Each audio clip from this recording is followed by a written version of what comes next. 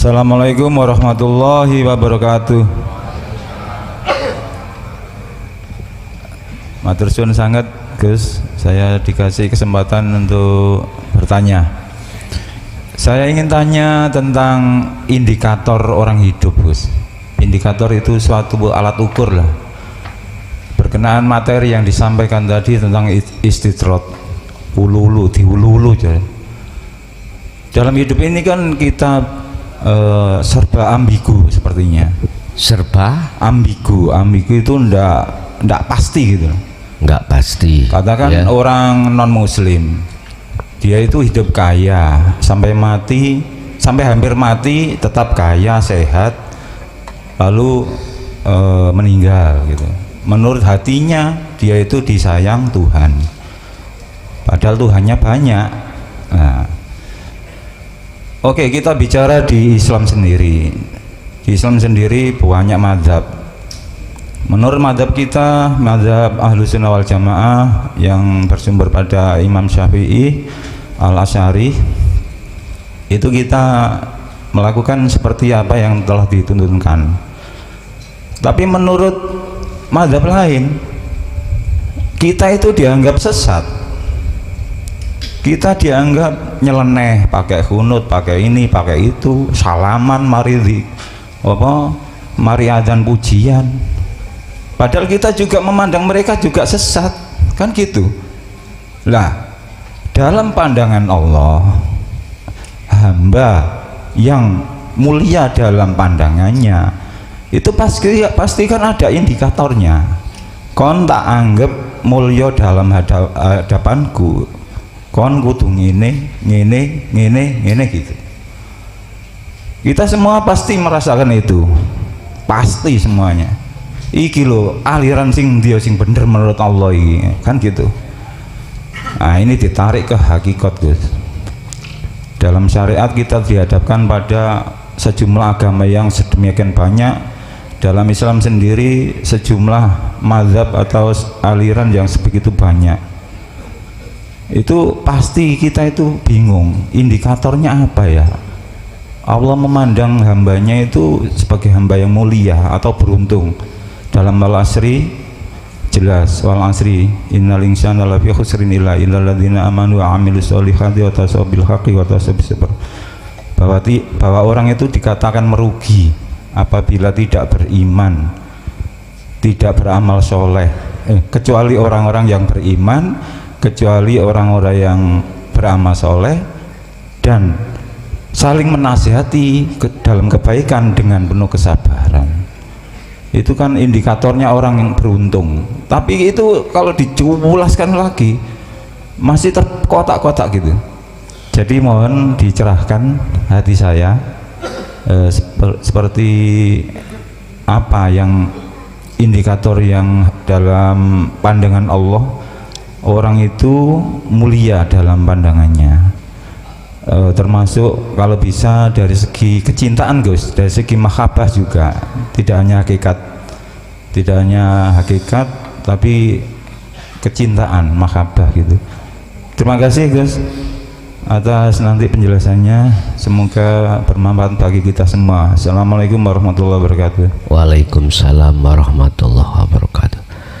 Kula badhe tanglet Gus, kula dateng ngelo niku nate Johor dateng masjid dipun temui kalian Mbak Idris. Kalian Mbak Idris kula dipun paringi toya. Mbah Iblis Idris, Mbak Idris sesepuh ngelo. Nggih. Kula diparingi toya. Nah, mantun toya niku kula minum. Terus kula diparingi kitab Miftahul Sholihin. Kitabe ireng tapi tulisannya abang mencorong kados emas. Niku maknane napa? Sampun matur suwun. Assalamualaikum warahmatullahi wabarakatuh. Waalaikumsalam warahmatullahi wabarakatuh. Kitab adalah simbol sebagai pedoman. Melihat dari judul kitabnya itu jelas iki pedoman untuk menjadikan hati yang soleh. Soleh pada Allah ya, maksudnya bukan soleh pada manusia. Soleh pada manusia itu jasmani, soleh pada Allah itu rohani. Kitab di situ menunjukkan satu simbol adalah pedoman. Apa pedoman kita untuk bisa pada Allah? Harus ada pedoman.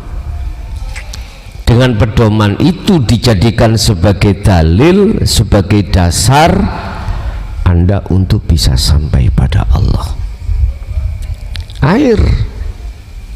Air adalah sebuah ilmu.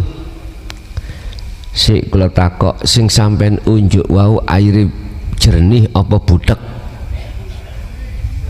Jernih nggih. Jernih, air putih. Masalahnya jeneng air kadang-kadang ono sing budak, ono sing jernih. Kalau itu isinya adalah air yang jernih, berarti itu ilmu yang ada kaitannya dengan dinut tauhid.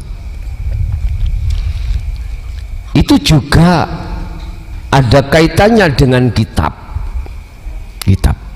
Ilmu dengan kitab itu ada kaitannya. Kalau kitab itu sebatas tulisan, dijadikan sebagai pedoman, buah daripada tulisan itu adalah ilmu. Ini tidak akan bermanfaat bagi jenengan manakala ilmu itu tidak Anda amalkan. Lah, ilmu yang jenengan pahami itu akan menumbuhkan satu arroja, satu pengharapan. Ilmu itu nuju nang sapa maksude, dibuka kitab iki ilmu kanggo nuju dan bertemu terhadap Allah. Oh iya, paham. Berarti kepahaman jenengan itu ada pedoman kitab. Wow, oke. Ini Bapak Ibu tidak akan pernah menjadi manfaat terhadap kita tatkala tidak jenengan sertakan amal. Sebab munculnya ilmu itu mesti ada pengharapan. Faham, akhirnya duweni karep jenengan. Apa karepnya? Karepnya Anda ingin bertemu Allah. Loh, ini akan nyata wujud antara ar-roja. Roja ini akan wujud bertemu Allah, kehendak ini manakala disertai dengan amal.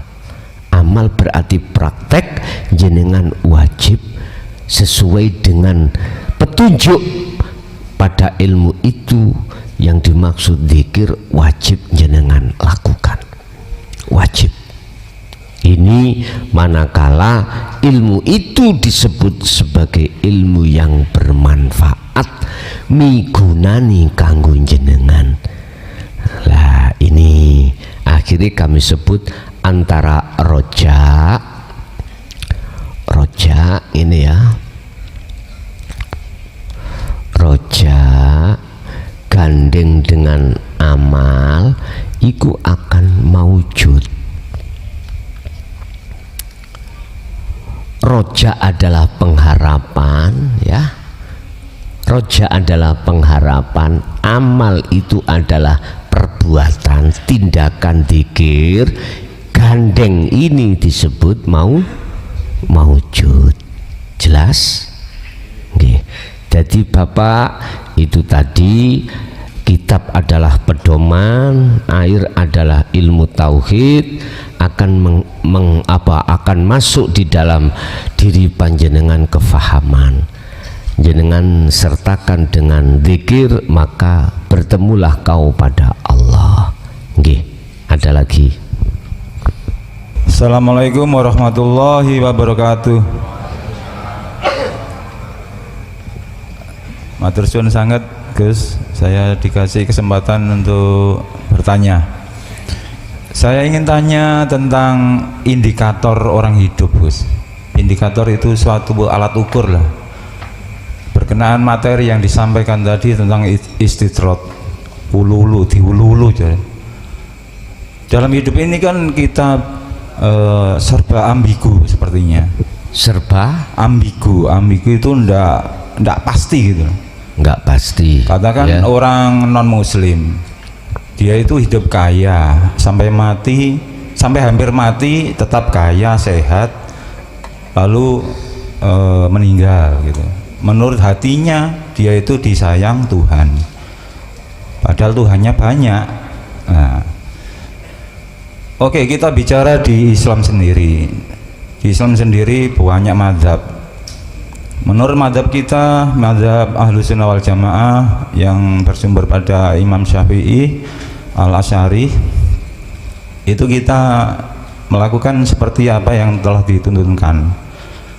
Tapi menurut mazhab lain, kita itu dianggap sesat. Kita dianggap nyeleneh, pakai kunut, pakai ini, pakai itu, salaman, mari mari adzan pujian. Padahal kita juga memandang mereka juga sesat, kan gitu. Lah, dalam pandangan Allah, hamba yang mulia dalam pandangannya itu pasti kan ada indikatornya. Kon tak anggap mulia dalam hadapanku, kon kudu ngene gitu. Kita semua pasti merasakan itu, pasti semuanya. Iki lo aliran sing dia sing bener menurut Allah ini, kan gitu. Nah, ini ditarik ke hakikat, Gus. Dalam syariat kita dihadapkan pada sejumlah agama yang sedemikian banyak. Dalam Islam sendiri sejumlah mazhab atau aliran yang sebegitu banyak. Itu pasti kita itu bingung, indikatornya apa ya? Allah memandang hambanya itu sebagai hamba yang mulia atau beruntung. Dalam Al-Asri jelas, wal asri innal insana lafi khusrin illa alladzina amanu wa amilus solihati wa tasaw bil haqqi wa tasaw bis sabr. Bahwa orang itu dikatakan merugi apabila tidak beriman, tidak beramal soleh, kecuali orang-orang yang beriman, kecuali orang-orang yang beramal soleh dan saling menasihati dalam kebaikan dengan penuh kesabaran. Itu kan indikatornya orang yang beruntung. Tapi itu kalau diculaskan lagi masih terkotak-kotak gitu. Jadi mohon dicerahkan hati saya, seperti apa yang indikator yang dalam pandangan Allah orang itu mulia dalam pandangannya. Termasuk kalau bisa dari segi kecintaan, Gus, dari segi mahabbah juga, tidak hanya hakikat tapi kecintaan, mahabbah gitu. Terima kasih, Gus, atas nanti penjelasannya, semoga bermanfaat bagi kita semua. Assalamualaikum warahmatullahi wabarakatuh. Waalaikumsalam warahmatullahi wabarakatuh. Kita harus tahu hati manusia itu terkelompok menjadi dua, yaitu ahli hijab dengan ahli syuhud. Ya, ahli hijab dengan ahli syuhud.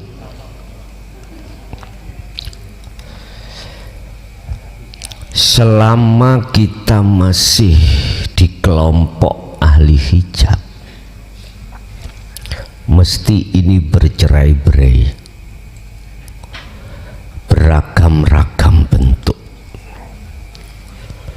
Kita gak usah keluar dari agama Islam, bicara agama Islam sendiri. Mengapa ada mazhab ini, mazhab itu, mazhab ini dan lain sebagainya?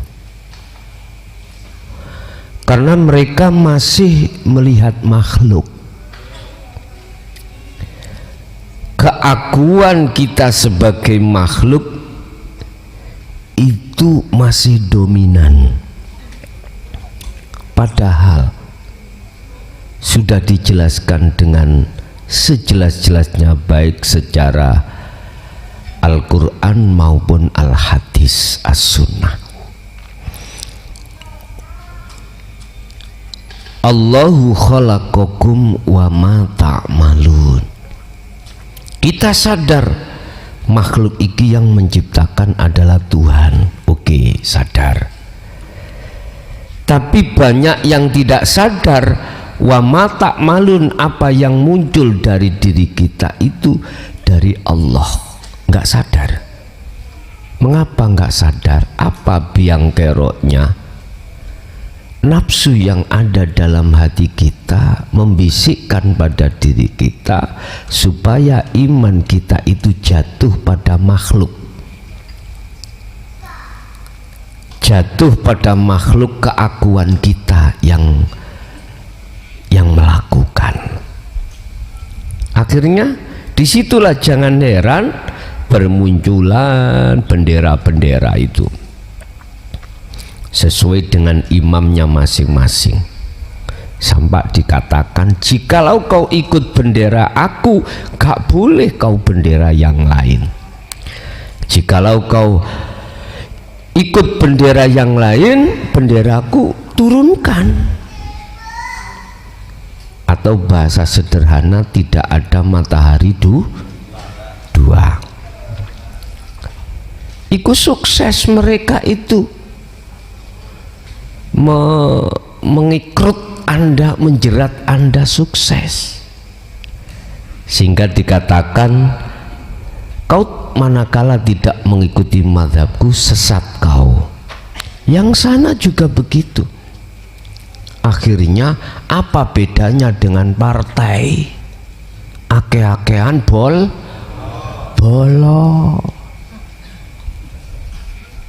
Saya ingatkan atau saya katakan, selama kita masih ada di ahli hijab, selama itu kita saling menyesatkan. Selama itu masih kita itu membenarkan diri sendiri, sementara orang lain yang tidak ikut kita dikatakan salah. Bahasanya dengan wau sesat.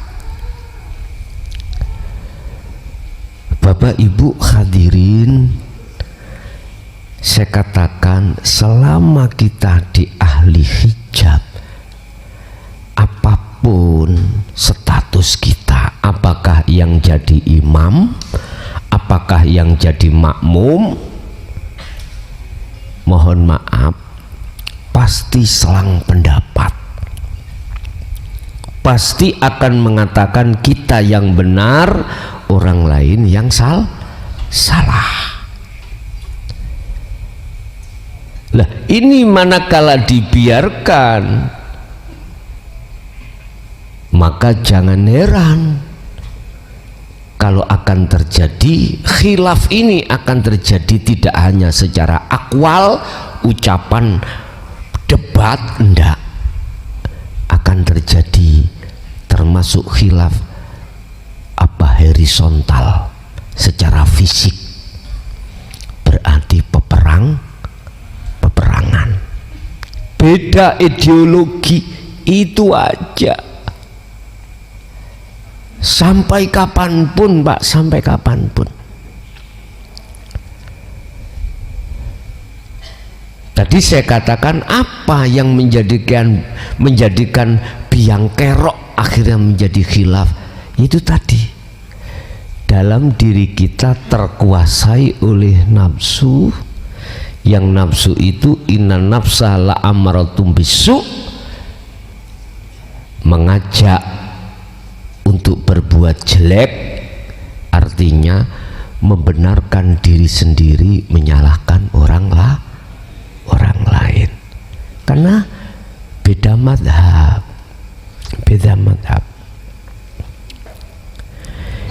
Bapak Ibu, beda kalau kita sudah masuk di dalam golongan ahli syuhud, tidak akan ada perpecahan di situ. Walaupun secara fisik bendera kita itu ada yang NU, ada yang Muhammadiyah, ada yang apapun, kalau hatinya bertauhid, kalau hatinya duduk di syuhud, ketika kita tidak suka kunut, kita melihat orang berkunut, pasti tidak akan melihat orangnya. Wa ma ta'malun, apa yang muncul di situ semata-mata dari Allah. Loh, inilah yang akan menjadi suasana itu tentram itu di situ. Sama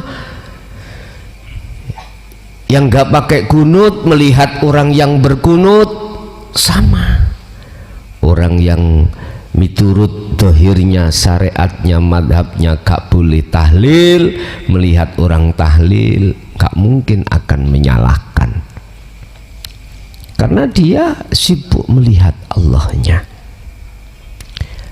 La haula wala quwata illa billah. Apapun yang muncul dan timbul dari diri semua makhluk iku illa billah, tidak datangnya dari makhluk, walaupun beda madhab.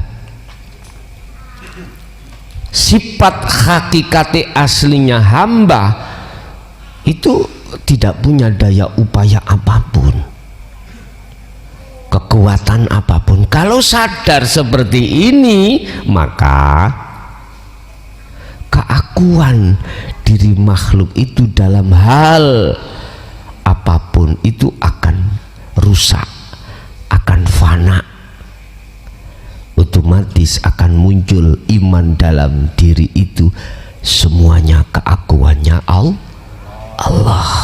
Ini makanya saya katakan, selama kita masih ada di golongan ahli hijab, nggak bisa rukun, nggak bisa rukun. Tapi kalau sudah disuhud, barulah tidak ada khilaf, semuanya itu datangnya dari Allah. Kalau betul-betul orang ini tidak hanya memahami saja, akan tetapi amal juga, hati kefahaman yang mendasari atas rojak pengharapan bertemu Allah disertai dengan amal amaliyah, maka bertemulah Allah. Kalau sudah di wilayah itu, maka tidak akan pernah menyalahkan madhab orang lain, walaupun secara dohir tidak sama dengan madhab kita, karena sibuk hati jenengan iki nyawang Gusti Allah. Jadi sama dengan mahabbah ya juga gitu. Rasa cinta kita terhadap apapun, kalau itu jenengan dasari cinta yang sejati hanya pada Allah, nggak ada khilaf. Pertanyaannya, kapan ini terjadi? Jawabannya ya di saat seseorang itu sudah menerima dan mengamalkan apa ajaran dinut tauhid, baru di sini akan terjadi.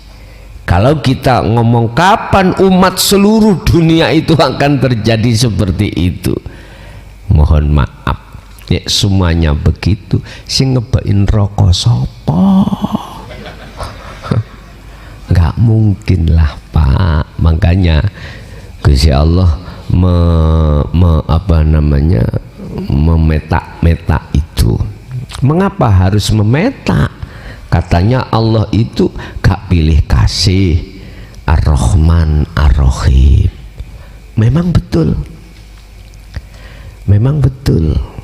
Kalau ditanya mengapa, sebab ada asbabun nuzulnya.